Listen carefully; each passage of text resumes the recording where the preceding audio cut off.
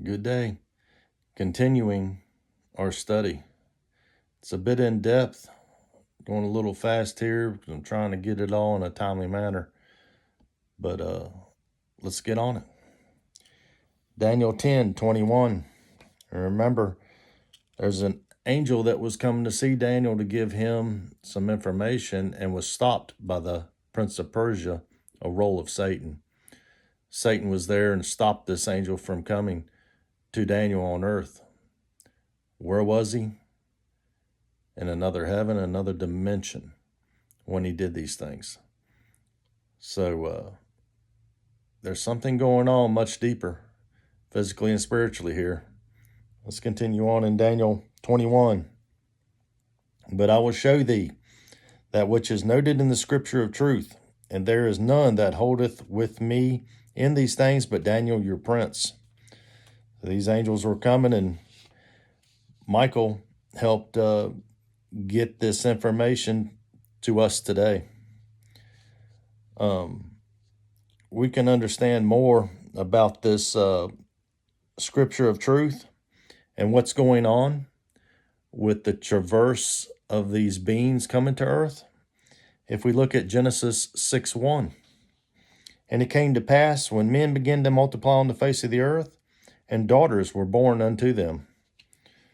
Pay close attention to this, because we'll see men and daughters has a key role in this.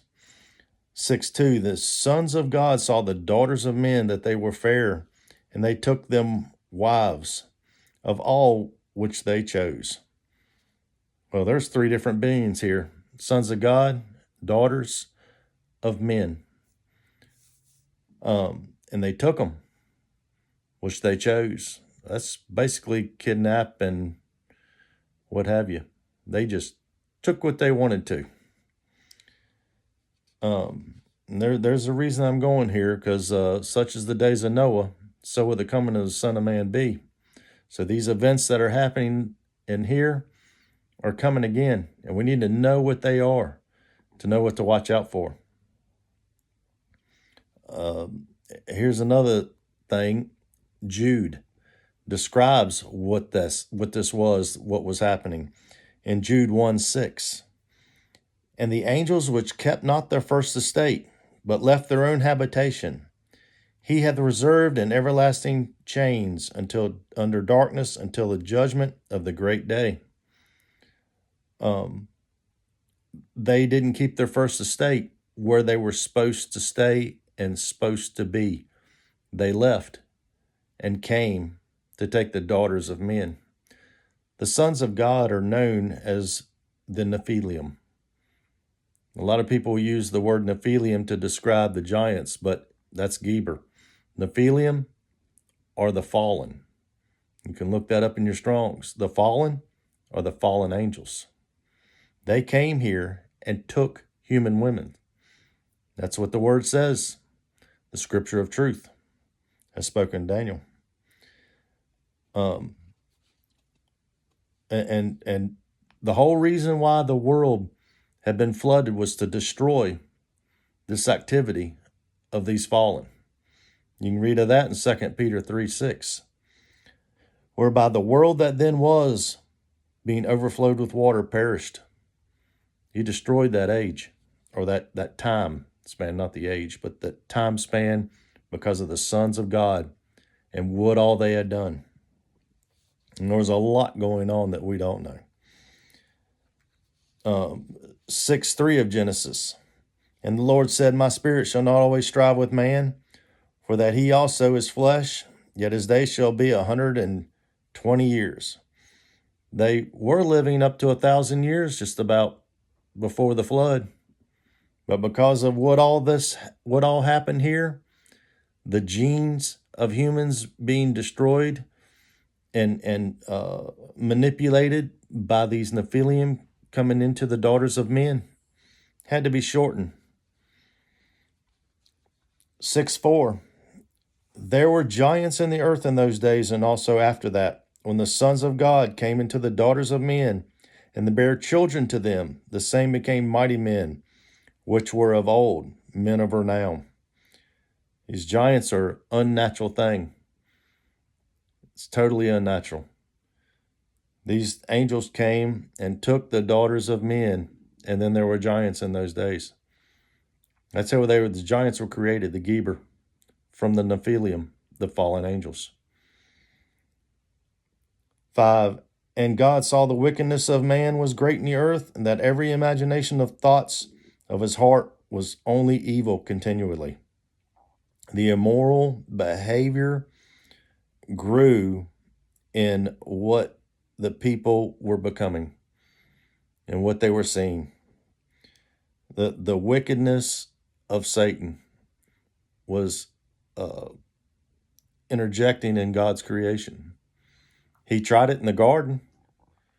You've read about Adam and Eve, and it was from the beginning, and it's happening today. It's still happening today. He's trying to infiltrate the minds of the people. Remember, Matthew 24:37. But as the days of Noah were, so shall the coming of the Son of Man be. They're coming again. They're known as the locust army. They're going to try to do the same thing. Genesis 6:6, and it repented the Lord that he had made man on the earth, and it grieved him in his heart. Our Father made us for his pleasure, not for his pain. It's up to us to choose what we believe, where we go with those beliefs. There's going to come a time when they're going to be cast back down to this earth, and we need to be prepared. Revelation 12:7 states this fact. And there was a war in heaven. Michael and his angels fought against the dragon, and the dragon fought and his angels. This is right before Satan and the fallen angels and the Nephilim are cast back down to this earth to be like the days of Noah, right before the Lord comes. Not until before the Lord comes, as in the Lord's coming twice, because a lot of people believe that he's going to come and collect and then he'll go away and then come back and collect again. But no, he only comes one more time. That's at the end of the 7th trump, when that sounds. And you got to realize Michael and his angels are fighting Satan and those angels. There's a battle going on in another dimension, in the heavenly dimension. There's a battle going on. Can you wrap your head around that? It's more than this physical realm, this physical world that we're in. It's in a heavenly realm. That there's a battle. There's an actual fight going on in heaven, where Michael and his angels beat them and send them here to us. Revelation 12:8, and prevailed not, neither was their place found any more in heaven. Ain't no more room for them. It's their time to be here, just as prophesied and written, as we read. 12:9, and the great dragon was cast out, the old serpent, called the devil and Satan, which deceiveth the whole world. He was cast out into the earth, and his angels were cast out with him. You read the dragon, the serpent, devil, Satan. These are roles he played. This wasn't a snake crawling on the ground in Genesis. This was a role that he played. You're not expecting a dragon to fly through the air in the end. That's the role he plays, coming to devour with his mouth, his words.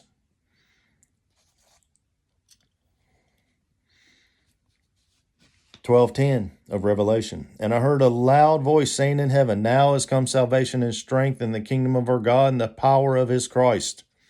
Christ being the anointed one. For the accuser of our brethren is cast down, which accused them before our God day and night. That accuser, Satan, always getting in your head, twisting, trying to make you think you're not good enough. You're not smart enough. You understand. All you got to do is be at peace. Don't let the world infiltrate. Let the word soak into your mind. And they, 11, and they overcame him by the blood of the Lamb and by the word of their testimony, and they loved not their lives unto death. You overcome the truth, or overcome the evil with the truth. It's up to you. We'll stop there for the time being and get back in it later. God bless you. Love you. Stay strong. Stay in the truth. God bless you.